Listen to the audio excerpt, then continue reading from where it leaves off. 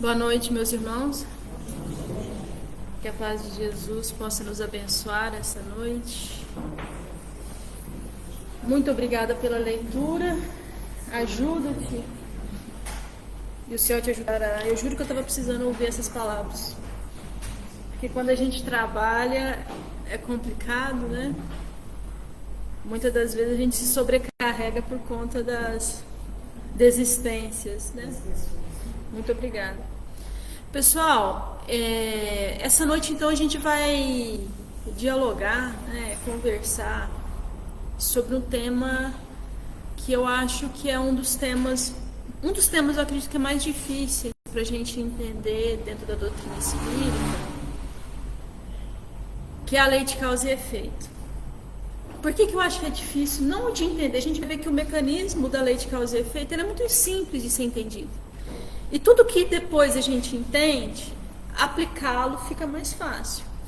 Mas eu percebo, eu sinto, possa ser uma percepção minha, mas a gente utiliza em termos incorretos ainda a lei de causa e efeito. Às vezes, muitas das vezes a gente de forma pejorativa, a gente vê às vezes alguém com algum tipo de deficiência, seja ela qual for, física, cognitiva, com coisas que a gente não é, deficientes dos aspectos morais. Fulano fez isso por conta daquilo. Ah, tá vendo aquele fulano lá, ele tá fazendo aquilo lá, depois na próxima vida ele vai vir e vai acontecer isso com ele. Não é? A gente vai utilizando, pelo menos eu percebo muito um fel nosso muito grande diante de uma lei tão bela. Então eu queria fazer um compromisso entre nós aqui, para que a gente possa abrir os nossos corações. Porque até bem pouco tempo atrás, igual eu estava falando, até o Lívio, né? O neto da Pascoalina comentou com a gente. Até um tempo atrás, se alguém falasse que tinha perda auditiva, tinha dado um tiro no ouvido. Umas coisas tão esdrúxulas assim, mas que é oriundo também de um processo de aprendizado nosso.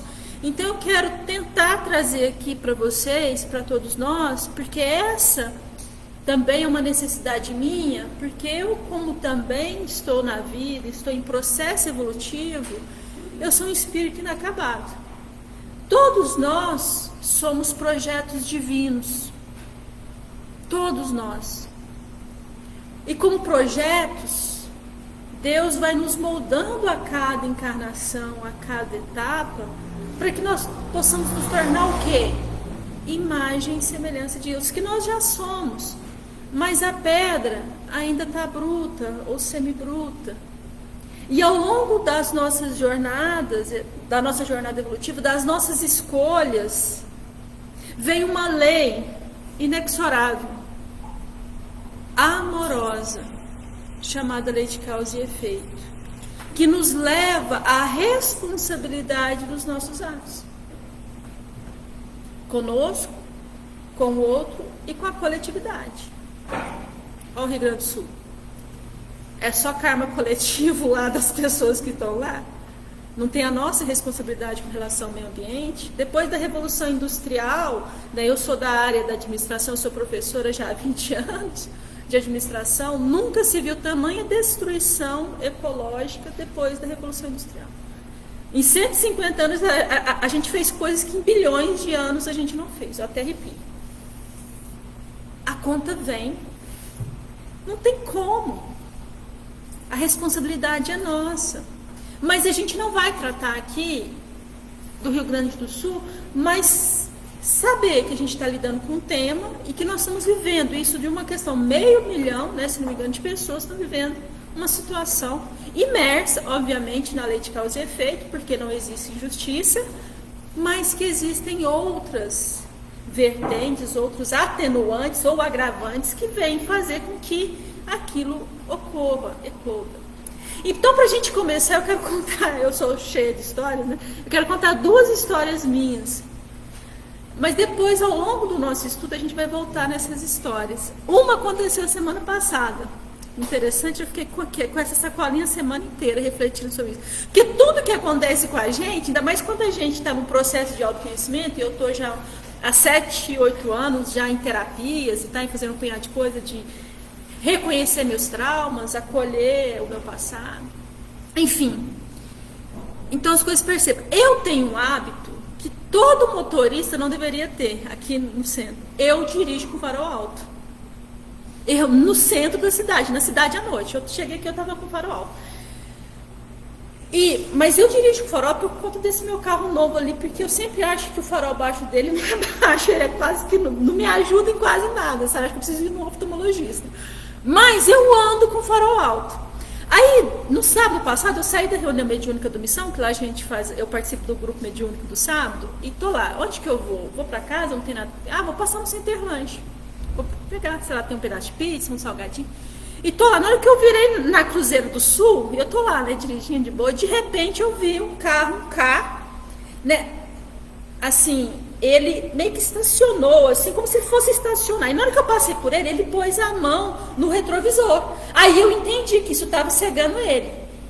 E ele me encarou, assim, eu fui, né, virei, nossa, incomodei o cara, né. E na hora que eu virei na Floriano, ele continuou, ele virou. Porque pra mim ele tava parando. Eu falei assim, aí eu já não gostei. Falei assim, isso aí vai dar titica. E eu parei no Centerlanche, bem do lado direito. E ele parou mais atrás do lado esquerdo. Eu falei, epa, será que eu desço do carro? Vai que esse homem crespou comigo e vai querer me enfrentar. Eu fiquei com medo de descer do carro. Mas ele desceu primeiro, me parece que ele estava acompanhado da esposa, e ele é um senhor já, assim, uma pessoa bem madura, assim, aparentava 60 anos. Ele entrou no Centerlanche e eu entrei atrás, bem de fininho. E ele passou pela parte de frios, assim, olhou, assim, e eu fui também. Na hora que ele voltou, ele deu uma escoradinha, assim, em mim, assim, né? E eu fingi, assim, gente, eu andei que nem um pau. Não olhei nem pro lado, fingi que eu não conhecia.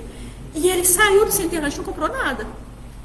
Enfim, não sei, acho que a espiritualidade estava me acompanhando, me iluminou ali. E aí eu comecei a refletir. Será que a lei de causa e efeito agiu tão rápido assim? Esqueci de dizer. Quando eu virei na Floriano, ele virou pro farol alto. Ele colocou o farol alto em cima de mim, depois que eu tinha feito a ação. Eu falei, credo, aí. Né?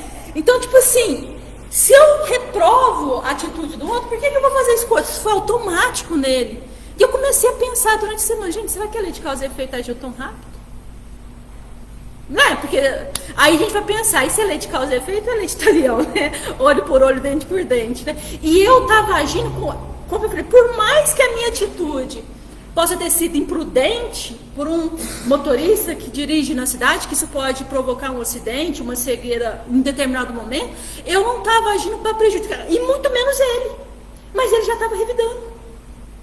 Ele se sentiu ofendido, como se, né, por ele ter feito aquilo, eu acredito que sim. Então vamos guardar um pouquinho essa história e vamos lá para 23 anos atrás, quando eu tinha 22 anos, eu estava ainda na carteira provisória da minha habilitação. E eu tinha um Fusquinha 79. Branquinho, bonitinho. E na época eu frequentava o Maria Lobato, lá no São Jorge. E nas quintas-feiras, eu ia nas quintas-feiras para me ajudar no passe. Então eu sempre levava de carona uma amiga minha, Paula. E a Paula me ligou, quase no final da noite, da tarde, início da noite, assim, cara, eu não vou não. Tá? Surgiu um compromisso que beleza, eu vou sozinha. E peguei meu Fusquinha, fui. Na hora que eu tô lá dando passe, assim, acabou o passe.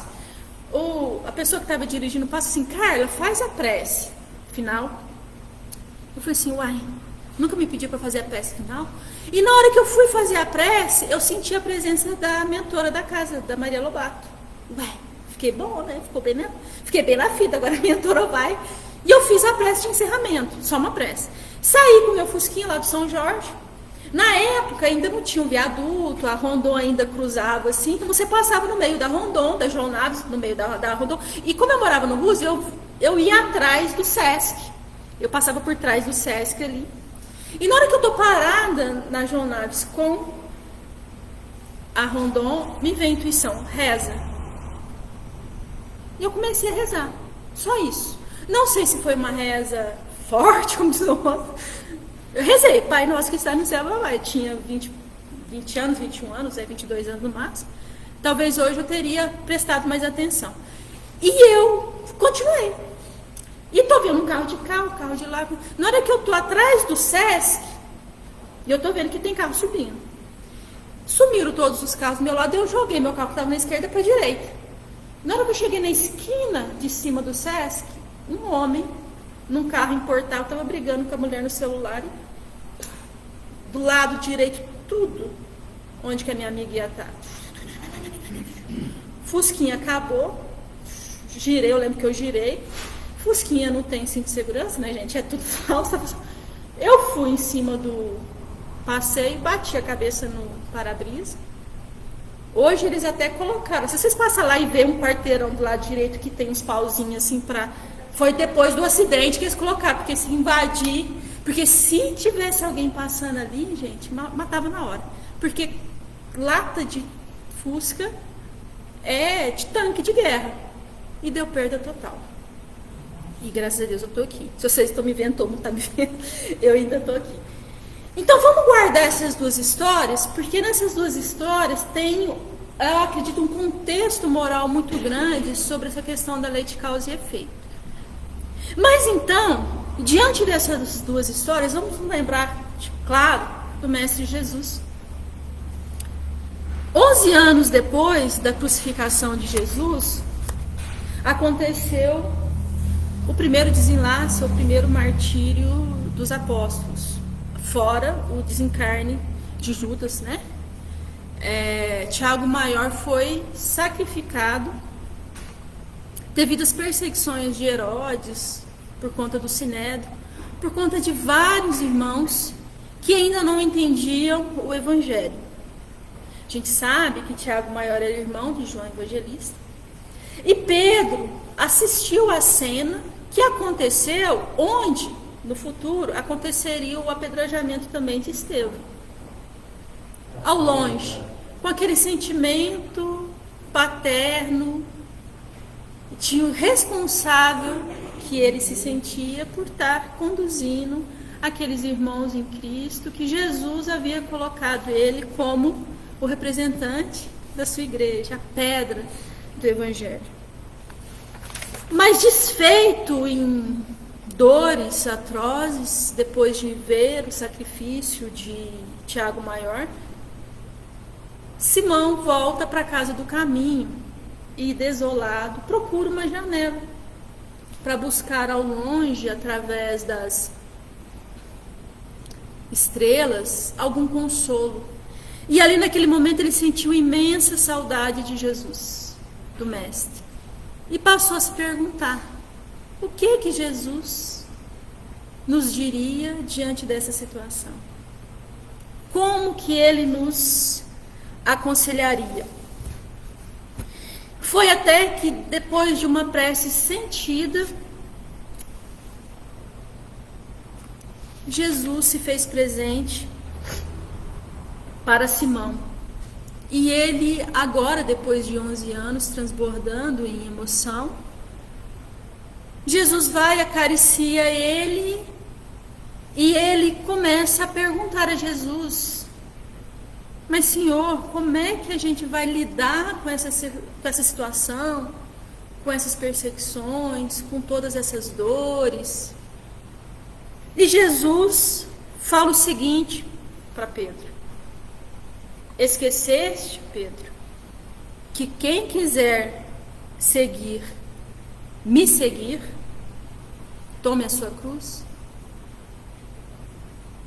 Aí Pedro começou a pensar, a lembrar das palavras de Jesus, quando Jesus ainda os convidaram para uma ceia, né, a última ceia, onde Jesus alertava por todas as dores, por todos os desafios que os discípulos dele teriam que passar para que se solidificasse a grande obra da renovação da humanidade. E feito a sua análise, Pedro fala: não, Senhor, eu não questiono sobre a cruz, porque a cruz eu entendo. Porque a cruz, quando a gente a entende, ela passa a ser um troféu para o Espírito. Mas, Senhor, como?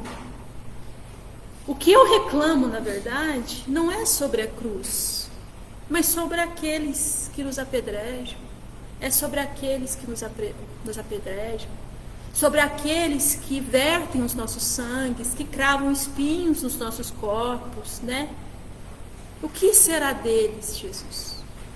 O que será deles? E aí Pedro continua, dando alguns exemplos. Ele fala, Jorebe, que ganhou dinheiro mentindo a nosso respeito. O que será dele, Jesus?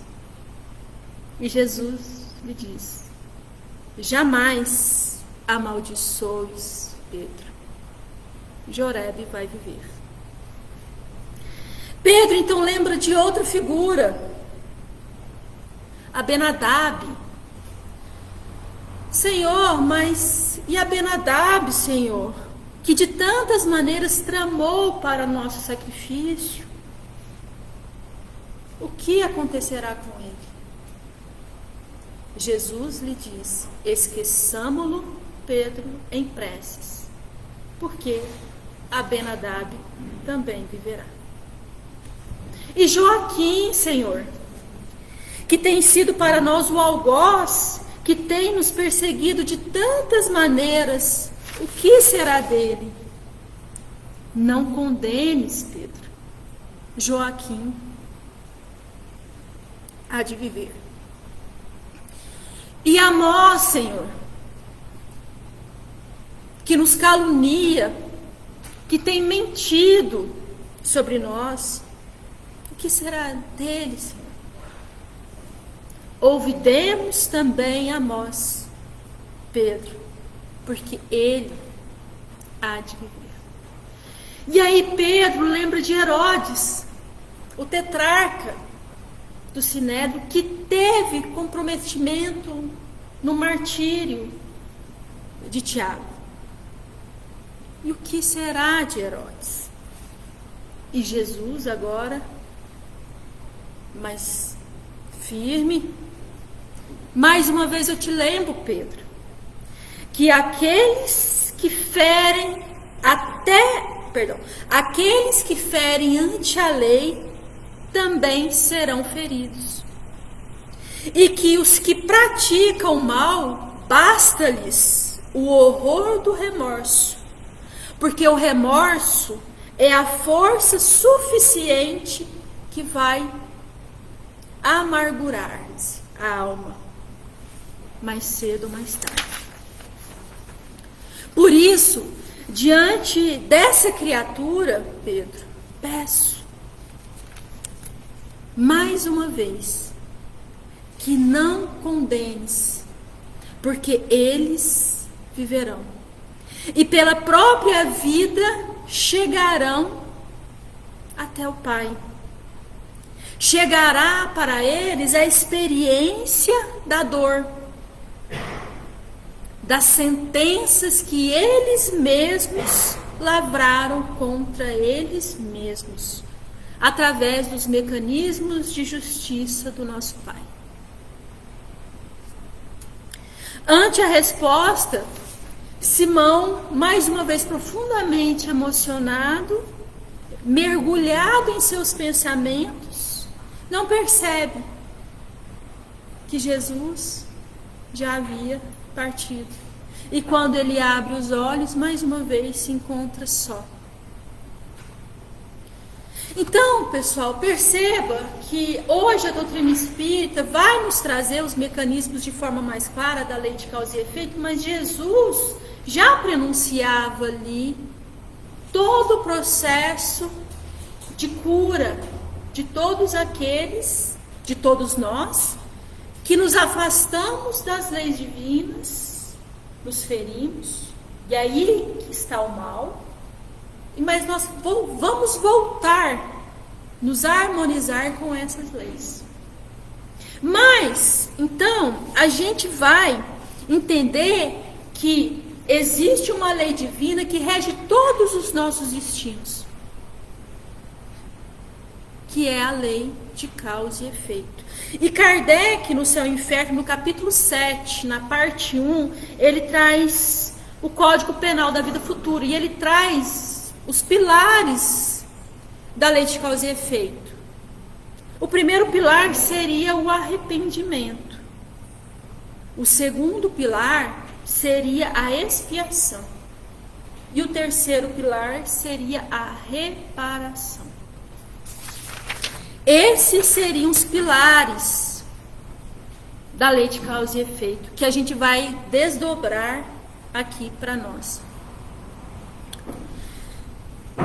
E dentro disso tem uma fala de Kardec também, porque quando a gente pensa, como é que eu falo, né? Quando a gente pensa na lei de causa e efeito, a gente ainda está tão mergulhado na nossa dor, que eu acho que muitas vezes a gente transfere a nossa dor na nossa fala, achando que a dor que eu estou vivendo por conta do passado é uma coisa que não é feita do amor. E aí Kardec nos lembra, quando ele fala sobre Deus, que ele fala o seguinte: nós não sabemos tudo sobre Deus, mas nós sabemos tudo que não pode ser Deus.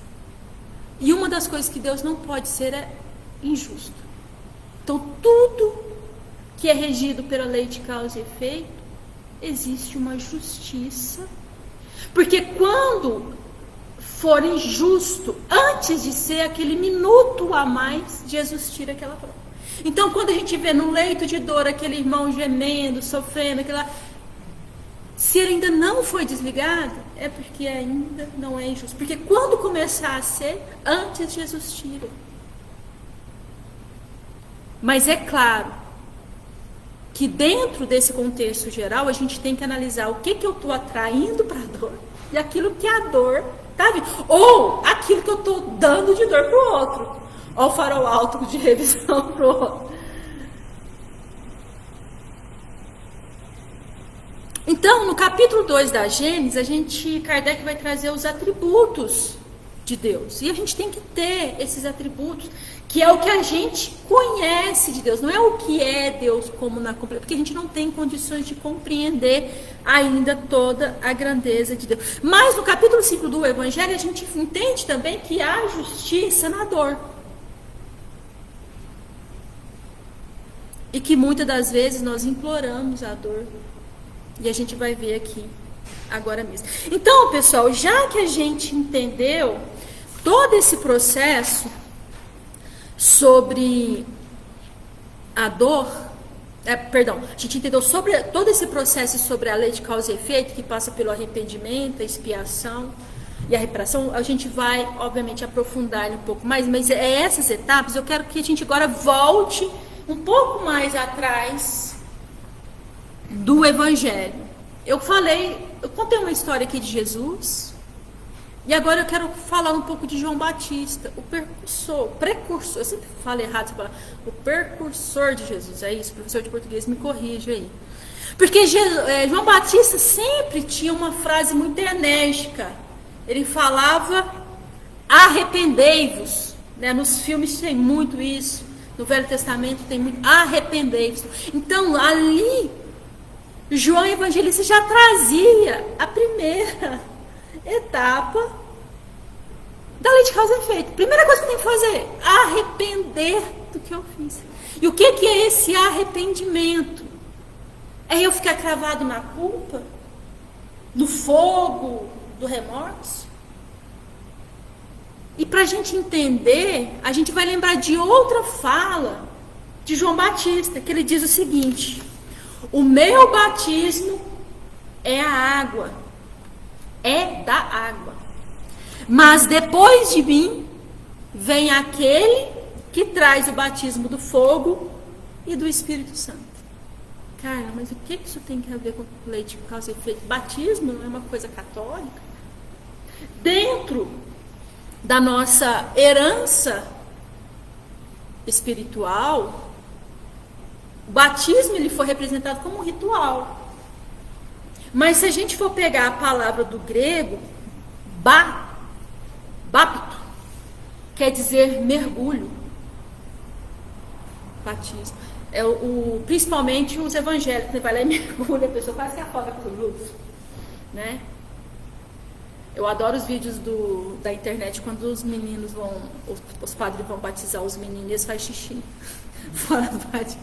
Vai lá com aquela aguinha, é o batismo, é um ritual. Mas o batismo quer dizer o mergulho na água. Que aí, se a gente for interpretar, pode ser um mergulho na carne, de um recomeço, de uma nova existência. Pode ser o mergulho em si mesmo, para que você possa reconhecer que o ato que você cometeu, que feriu a si próprio, ao outro ou à coletividade, podia ser diferente.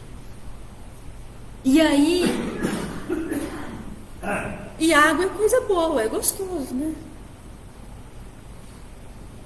Vem o frescor da esperança. Então, quando a gente está na primeira fase, sendo submetido à lei de causa e efeito, o arrependimento não é para a gente ficar no passado, é para nos levar para frente. Então, dá a esperança de recomeçar, de fazer diferente, de corrigir, reparar. Mas antes de reparar, eu vou ter aquilo que João Batista falou, o batismo do fogo, que foi muito mal interpretado por nós como o fogo do inferno, onde eu tenho remorso, onde eu me prendo àquela situação. E nesse momento vem o que? A expiação. O que é expiar? O batismo da expiação, no batismo do fogo. É eu vivenciar as dores que eu mesmo causei. A mim, ao próximo, ao outro. Por exemplo, aí que surgem os resgates. Dentro do conceito, existe o conceito. Vamos supor que eu, Carla, na encarnação passada, fui mergulhada no vício. De todos os gêneros. Comi demais, bebi demais. E foi tão sério que impregnou no meu perispírito. E numa próxima existência, o que acontece? Eu prejudiquei o meu organismo físico. Bebi demais, fui cachaceira, vou vir com problema no fígado. Não vou ter muita... Meu fígado não vai ser muito bom. Aí eu vou ter que conviver com os efeitos do mal que eu causei. E se for com relação ao próximo? Eu vou ter que conviver com alguém onde eu prejudiquei no mesmo lugar que eu feri. Por exemplo, vamos supor que numa existência passada, um homem levou uma mulher para uma vida mais sensual. Quiçá, numa próxima existência, esse homem vai receber essa filha, essa mulher como filha. E ela vai estar mergulhada nos vícios que ele ensinou a ela a se denegrir. Para quê? Por amor, redirecioná-lo. Por exemplo, a gente está dando exemplos genéricos. A gente nunca pode esquecer que a gente está num mundo de provas e expiações e cada um de nós é uma experiência única, milenar. Então, as regras, o que eu estou falando aqui é generalizado, tem as exceções e particularidades de cada um de nós. Vamos supor que a gente tem uma pessoa que é popular, que tem uma existência onde ela consegue trabalhar em prol da comunidade, mas ela não utiliza muito bem o livre-arbítrio nesse momento. Lá na frente, é provável, muito provável, que ela volte numa reencarnação sacrificial para ajudar todos aqueles que ela não ajudou antes. Reparação. Esse copo é meu? Não. Se eu derrubar, eu vou ter que comprar outro. Vou ter que colocar no lugar. Entende?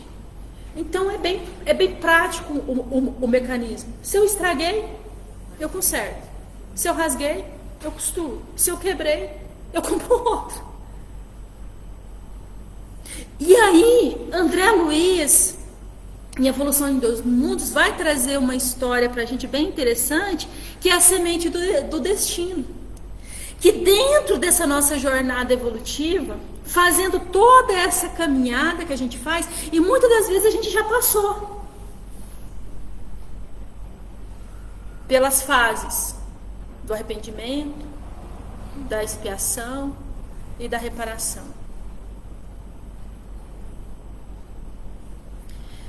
E eu tenho saldos infinitos na espiritualidade de ações beneméritas, mas a sementinha do destino está aqui.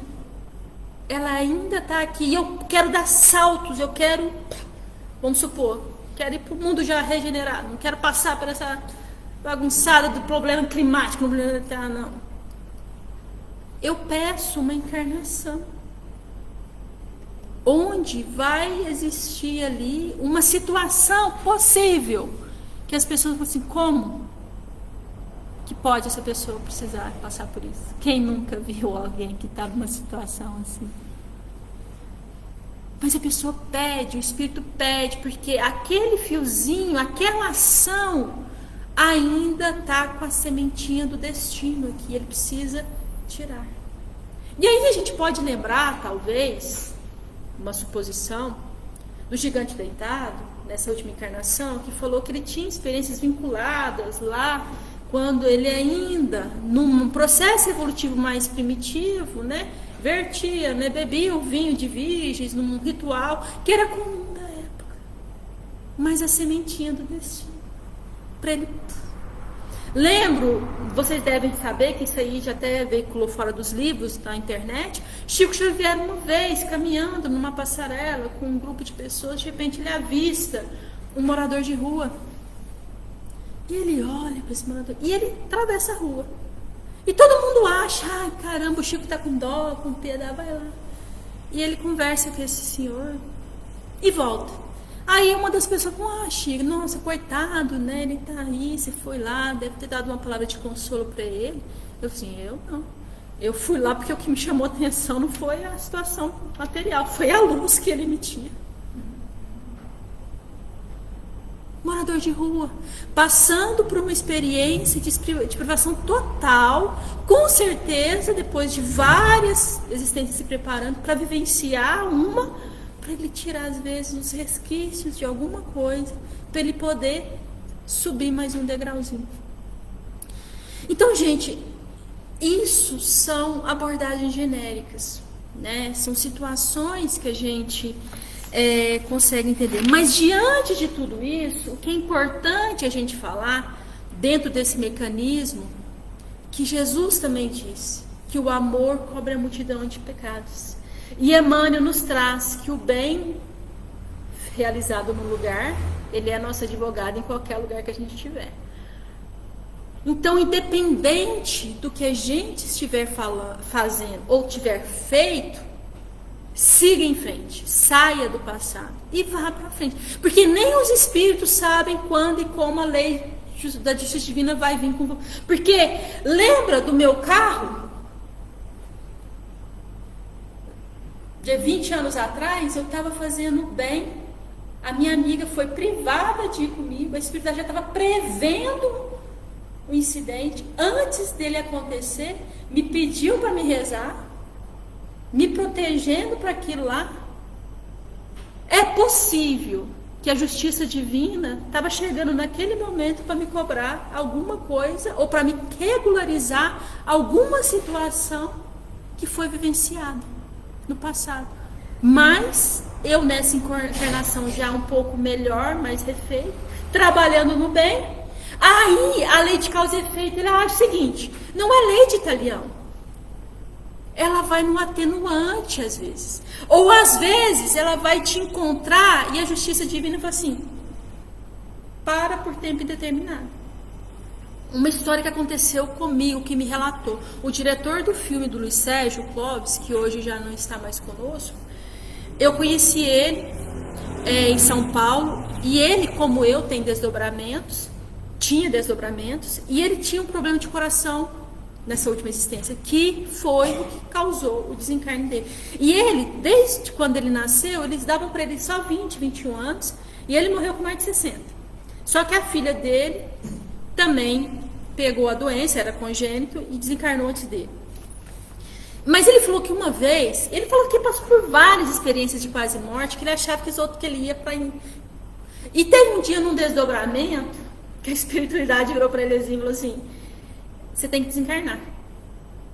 E ele trouxe isso lucidamente. Chamaram ele, colocaram ele numa salinha, você tá na hora de você vir para cá, tá na hora de você desencarnar. Ele falou assim, Deus me livre. Não vou não, eu vou, mas você tem que estar na sua hora de vir, você não precisa mais ficar lá. Não, eu vou ficar, porque já pensou, depois eu vou ter que reencarnar de novo, ter que ser criança de novo, passar por tudo isso de novo? Não, deixa eu ficar mais um tempo lá. E ele disse que foi um papo meio longo com ele. E ele falou assim, então tá, eu vou te dar 12, você vai ter mais 12 anos de vida na Terra. Então tá, oba. E ele foi contando, ano 1, ano 2, ano 3. E aí disse que um dia, ele tá no ano 2, aí ele falou assim, cara, ele me contou, ele estava no centro espírita, carregando cesta básica, assim, fileirinho. De repente ele deu um piripaque, saiu. Ficou não sei quantos dias na UTI que achava que ele não voltava mais. Ele voltou. Então, quando a gente está no trabalho do bem e vem a justiça divina para que a gente possa regularizar alguma situação e aí nos encontra agindo no bem, a própria justiça divina cessa a cobrança por tempo indeterminado ou atenua. Talvez naquele carro que eu estava dirigindo, eu poderia ter desencarnado, eu poderia ter ficado paralítica, eu poderia ter matado alguém. Não sei. Não sei. Eu só sei que eu trago com isso no meu coração desde aquela época que foi uma... Mas também tem uma questão. Se eu não rezei direito, talvez a espiritualidade poderia ter falado o seguinte, se eu tivesse firmado, cara, não passa por ali não, passa por outro caminho. Por quê? Porque a gente também pode reparar o bem com o bem. E aí a gente vai lembrar uma história, deixa eu ver se eu lembro aqui eu anotei.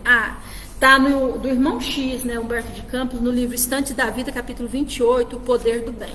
Diz que tinham dois irmãos, vamos chamar eles de Arnaldo e Jacinto, conversando lá, espíritas.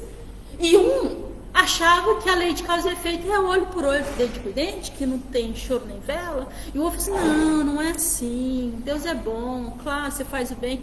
E foram nessa discussão, conversando, discordando. Um tá na lei de São Leão, o outro voltado para a lei de amor.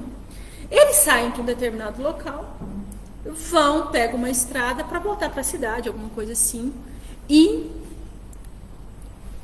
desviam num buraco. E aí esse que é afeito às leis, a lei do amor, fala assim para ele, vamos parar e colocar aqui um alerta, porque quem está vindo de longe, está chovendo, não vai ver. Né? Ele falou, não, que isso, cara, deixa eu seguir meu caminho, né? Parar com isso, não. Foram, tá bom. Na volta, ele voltou sozinho. E a chuva piorou. E quando a chuva piorou, alargou o buraco. E ele não lembrava.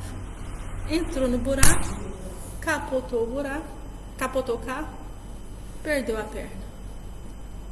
E aí esse amigo foi visitá-lo, né, no hospital, e ele fala um negócio pra ele assim, que ele já estava sem perna. Ele falou assim, olha, depois que tudo que eu vivi, o que eu entendi? Que o mal não precisa resgatar o mal. Que o bem, ele chega antes. Que o mal não precisa resgatar o mal quando o bem chega antes. Ou seja, se ele tivesse colocado ali, feito bem, para ajudar não só a ele, mas a qualquer um, ele teria evitado o acidente que ele mesmo perdeu a perna. Então, quando, né, aquele homem não precisava ter colocado farol alto na minha frente.